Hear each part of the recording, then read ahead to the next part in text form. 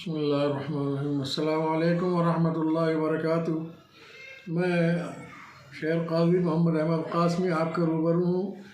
आज बड़ी तशवीशनाक ख़बर हुई कि शकील बिन हनीफ वो जैसा गुमराह आदमी जो पता नहीं किस किस चीज़ों का मुद्दई है, उसने फिर यहाँ देहरादून में पैर फंसा दिए हैं। उसके मुताल्लिक़ आप हजरात से अपील करनी है, गुजारिश करनी है कि पीर के रोज़ 9 बजे आप हजरात जामा मस्जिद पलटन बाज़ार तमाम अइम्मा हजरात, उलमाए किराम और अइम्मा इज़ाम पीर के रोज़ 9 बजे सुबह तशरीफ़ लाएँ ताकि इस मसले में गहराई के साथ बात हो सके।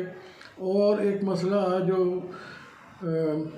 उसकी मस्जिद का है वो भी मतलब हल हो जाए, आप हजरात के सामने वो भी आ जाएगा। तो जो बातें हैं वो सामने आ जाएंगी और हैं ये बातें बड़ी तशवीशनाक हैं जिसका हल करना ज़रूरी है। आप हजरात से गुजारिश है कि तमाम अइम्मा हजरात और उलमाए किराम और दौर हाजिर के समझदार लोग सब तशरीफ़ लाएँ ताकि इस मसले का हल हो सके। और जगह वही है जामा मस्जिद पलटन बाज़ार देहरादून, सुबह 9 बजे बरोज़ पीर।